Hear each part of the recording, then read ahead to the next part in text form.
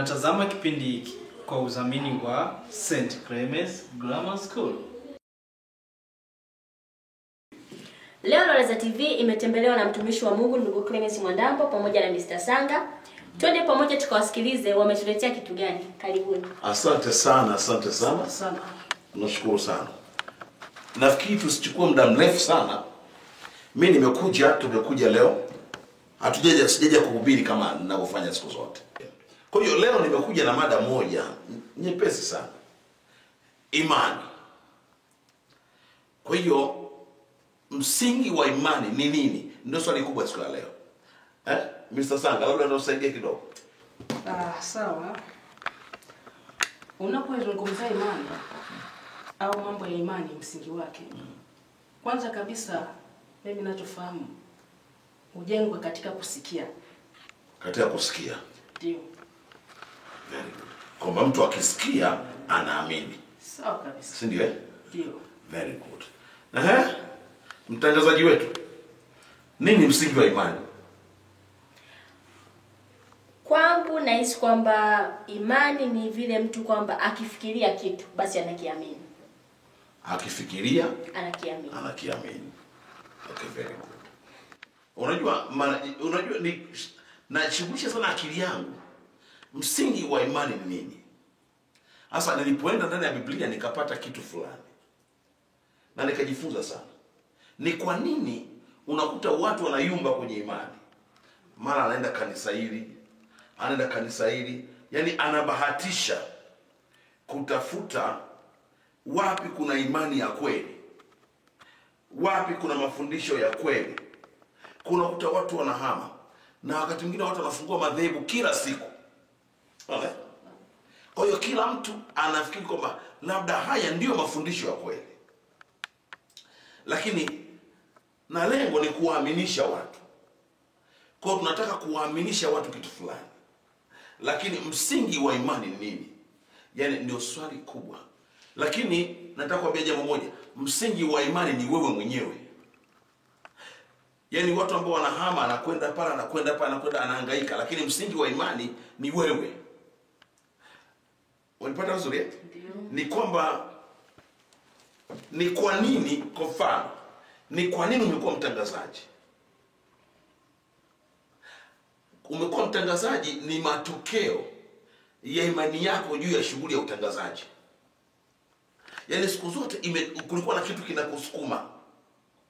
Kwa msingi wa jambo lolote, msingi wa imani ya kitu chochote ni wewe mwenyewe.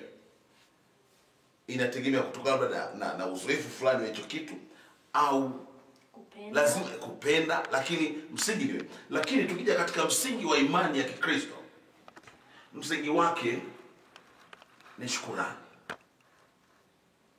Umepata zuri? Yani labda hutanielewa. Ndio. Ni kwa nini mtoto wako unaweza ukamchapa fimbo? Sawa? Lakini bado akaona uko sahihi kumchapa. Ni kwa nini mtoto wako ukimwambia njoo hapa kaa chini, anakaa chini. Lakini sio kila mtu akimwambia njoo hapa kaa chini anakaa. Ni kwa sababu moyo wake unasema huyu ni baba. Sawa? Huyu ni baba. Kwa hiyo ule utii unaenda kwa baba. Ni kwa nini kwa baba?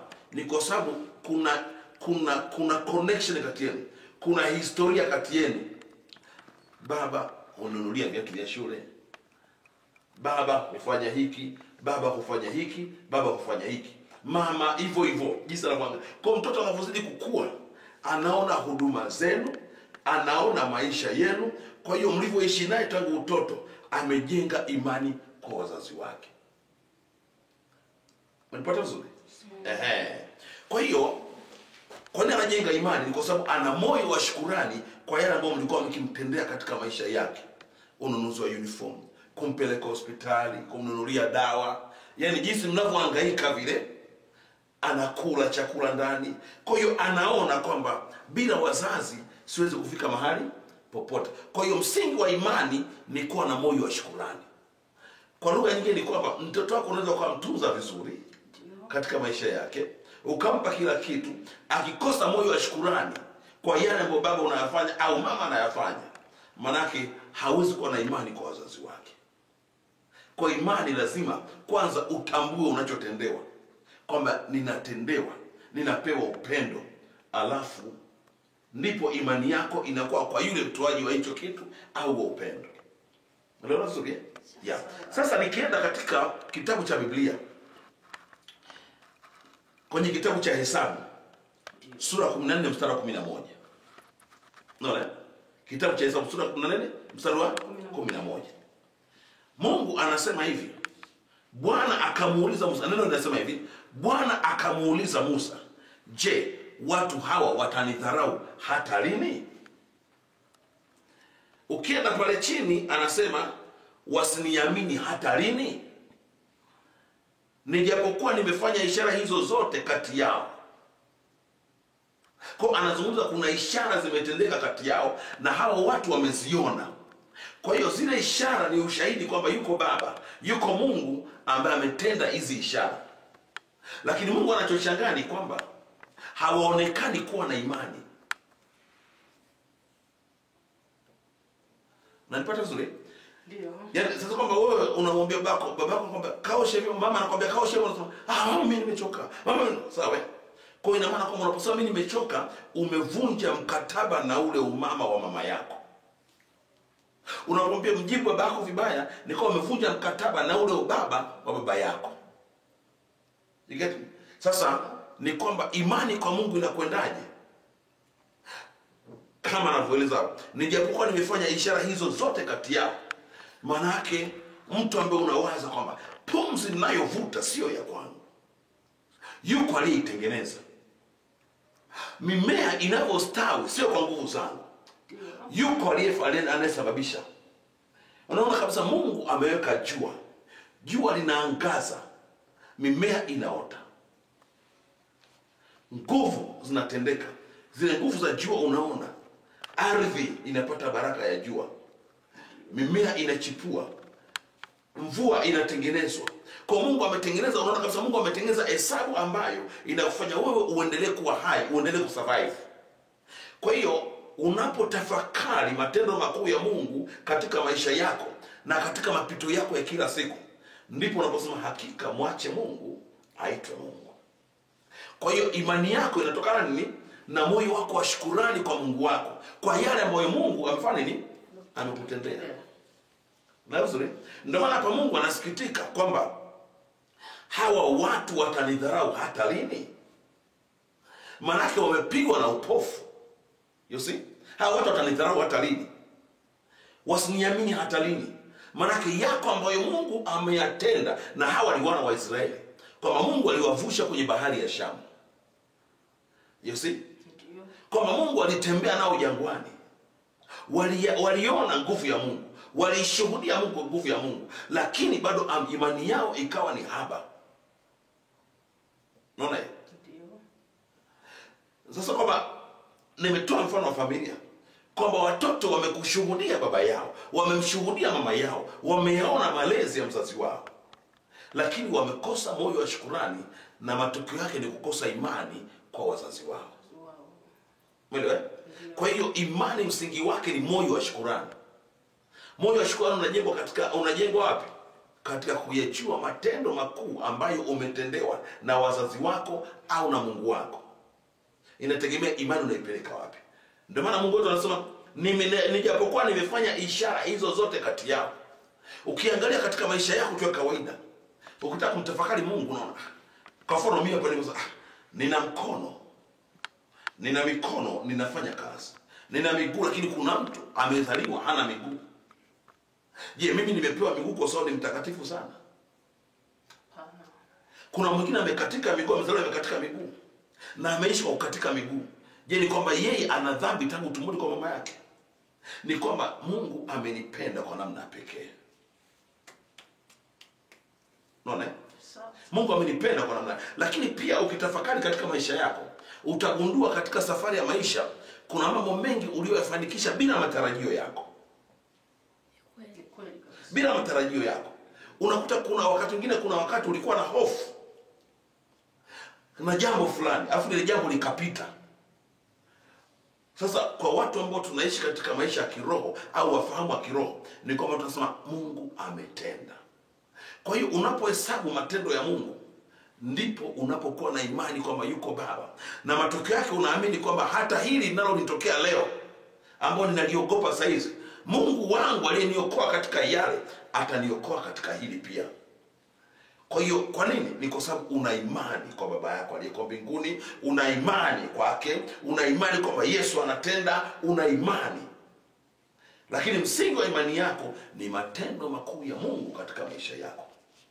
Msingi wa imani yako ni ile shukrani yako kwa Mungu ambayo inahesabu mema ambayo Mungu amekutendea.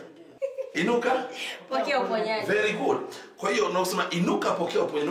Ndio maana kipindi changu nasema inuka pokea uponyaji. Watu wengi wanaamini uponyaji ni kule kwamba nilikuwa kiwete nikatembea, nilikuwa mgonjwa nikainuka. Lakini uponyaji ni ule uponyaji wa nafsi. Unapotambua kwamba I say kwamba ninahitaji kumtafakari Mungu wangu. Na ndio maana unaposoma Biblia Mungu anasemaje? Ukienda katika Mathayo sura 6 mstari wa 33, Yesu anasemaje? Utafuteni kwanza ufalme na haki yake, na hayo mengine yote mtazidishiwa. Unaona? Kwa hiyo kutafuta ufalme ni kule kumtafuta Mungu wako. Wakati wote unamuona Mungu katika maisha yako. Wakati wote unaiona sura ya Mungu kwenye maisha yako. Kwa hiyo unapoiona sura ya Mungu katika maisha yako, unaona Mungu anachokufanyia katika maisha yako, pale ndipo msingi wa imani yako utakapokuwa. Kwa hiyo msingi wa imani yako hauko kwenye madhehebu haya. Kwa sababu mimi niko Assemblies, au kwa sababu mimi niko umehubiriwa kwamba Yesu anaokoa, Yesu uko hivi, Yesu uko hivi, lakini hayo ni mambo muhimu, ni mazuri. Sawa? Lakini yale ni kama unayatazama ubaoni. Yesu alikuokoa lini? Kwa hiyo wokovu wa kweli ni kule kutambua uhusiano, yani connection yako ya maisha yako, historia yako na Mungu, ndipo imani yako inaposimama. Tazama, nitarudia hili somo. Bwana akamuuliza Musa, je, watu hawa watanidharau hata lini? Wasiniamini hata lini? Nijapokuwa nimefanya ishara hizo zote kati yao. Bwana Yesu asifiwe. Amina. Mtumishi wa Mungu, umesema kwamba imani inatokana na moyo wa shukrani. Sasa kuna wale watu ambao tokea wamezaliwa, yani maisha yao yote ni wanaishi maisha ya shida. Wanaishi maisha ya shida tokea wamezaliwa mpaka wanazee. Je, watu wao watawezaje kuwa na moyo wa shukrani? Watawezaje kuamini kile kitu ambacho wanakizungumzia kama ni imani? Sasa labda nikwambie jambo moja. Hakuna mtu ambaye Mungu amemwacha. Yaani hakuna mtu ambaye amefuruliza matatizo toka utoto wake mpaka ukubwa, mpaka anaenda kaburini. Lazima kuna mahala ambapo Mungu ameonyesha sura yake. Ndio maana sema nini? Unaweza kuwa unapita katika mapito ukiwa gizani, ni vigumu kuona mkono wa Mungu. Kwa mfano, labda nikupe jambo moja. Huwa naangalia katika video, kuna binti mmoja hana mikono. Sawa? Lakini anamnywesha mtoto wake uji kwa mguu. Kwa kutumia miguu anaweza akapiga mswaki. Kwa kutumia miguu anaweza kufanya vitu vingi. Sasa wewe tukwambia weka mswaki kwenye mguu, upige mswaki, utaweza? Hapana. Kwa unaona kwamba huyu amefunuliwa jambo fulani ambalo wewe huna. Lakini pia nimemwona kipofu tangu utoto wake. Ana uwezo wa kusafiri kwa mguu, akakatiza mitaa mingi bila kuuliza njia. Kwa kipofu akatembea bila shida. Lakini wako vipofu wanashona nguo. Sawa? Lakini pia kuna watu wanaoona wameweza kuwaletea vipofu maandishi. Na akatoa hotuba, akasoma speech kwa maandishi maalum. Sasa yale maandishi ambayo kipofu anapewa ni matendo makuu ya Mungu. Unaona? Kwa hiyo anapokuwa amefanikiwa lile, anasema asante Baba, maana uliwafanya watu wengine watumie muda wao kwa ajili yangu. Unaona? Kwa hiyo uwezo ukapita katika matatizo na Mungu akakuacha moja kwa moja, haiwezekani. Asante sana mtumishi wa Mungu. Amina. Somo zuri wa imani. Na nimejifunza kitu kipya kwa sababu toka zamani mimi sikuwahi kujua kwamba msingi wa imani kutokana na shukrani. Sasa. Ila hapo nina swali. Kwamba kuna kitu wanasema imani za kishirikina. Na tumeshuhudia vile vile tunasikia kwenye vyombo vya habari watu wengi wamekuwa wakipata mafanikio kwa kufata waganga wa kienyeji pamoja na vitu vingine ambavyo vinahusisha ushirikina. Sasa huyu mtu unakuta anapokwenda kwa mganga aidha kwa mara ya kwanza au amepata tu taarifa kutoka kwa mtu fulani, hajawahi kuwa na ukaribu na yule mganga, hawajawahi kuwa katika mazingira ya aina moja, lakini ametokea kuweka imani kwa yule mganga na kwenda ili kupata msaada. Sasa swali langu liko hapa, ina maana yule mtu shukrani yake kwa yule mganga yani imejengwa wapi? Imejengwa kwenye nini? Imejengwa wapi? Maana akasikia tu kaenda. Ndio. Yeah. Sasa labda nikwambie jambo moja, ni kwamba huyu kaenda kule. Swali, shukrani zake zimetokea mpaka na imani na yule mganga. Very good. Nataka kuambia jambo moja. Imani kwa yule mganga, asilimia kubwa huwezi ukamshawishi kila mtu akaenda kwa mganga. Ndio. Huyu aliyeshawishika mpaka kaenda, fuatilia historia katika familia yao. Ni watu ambao wanazungumza habari ya mafanikio kupitia waganga. Yaani unaweza kuwa kuna watu wanatoka katika familia ambazo anamsikia babake anasema, mwanangu, yani ukijenga nyumba lazima uzindike. Nyumba hazikagi hivi hivi. Hata magari yanazindikwa. Kwa hiyo anasikia kutoka nyumbani. Kutoka nyumbani. Kwa hiyo hata kama hajawahi shuhudia matokeo ya hivyo vitu, anakuwa ni vitu vilivyokaa ubongoni kwa muda mrefu. Sasa anapomsikia mtu mwingine anamsema nenda kwa ajili ya mafanikio, anaona hata baba alikuwa akiongea au babake alikuwa. Hiyo lazima uwe umetoka, una msingi kutoka aidha kwenu au mazingira fulani kwenye kijiji chenu, ni watu wenye imani za ushirikina. Sawa. Umenipata zuri? Yeah, kwa hiyo hakuna jambo lisilo na historia. Lakini pia Mr. Sanga, ni kwamba wewe ulizungumzia mwanzo kwamba imani pia inatoka na kusikia. Na ni moja ya kitu kwamba unakuta mtu labda amesikia kwamba kuna watu wanatajirika kupitia hivyo. Kwa matokeo yake naye anaamini, anakwenda. Sawa? Nilichokuwa nakisema hapa ni kwamba imani ya kweli haitokani tunakusikia. Imani ya kweli inatokana na ulivyoishi. Kwa sababu maisha ndiye mwalimu mkuu kuliko mwalimu yote duniani. Inuka, pokea uponyaji. Very good. Inuka, pokea uponyaji. Kwa hiyo uponyaji umepata ufahamu wa kiroho. Nafikiri nimeeleweka. Shukrani sana. Kwa hiyo nawaalika sana kwamba uwe na wakati wako wa kutafakari matendo ya makuu ya Mungu aliyokutendea kwenye maisha yako ili uinuke katika imani. Asanteni sana. Asante. Leo katika kipindi cha Inuka Pokea Uponyaji tulikuwa na mtumishi wa Mungu ndugu Clemens Mwandambo pamoja na Mr. Sanga, ambapo tumejifunza somo la misingi ya imani, ambapo msingi mkuu wa imani ni moyo wa shukrani. Asante sana kwa wewe ambaye ulichukua muda wako kutizama Loleza TV, na kukaribisha na kualika subscribe Loleza TV katika YouTube channel yetu. Ulikuwa na mimi ni Frida Shirima.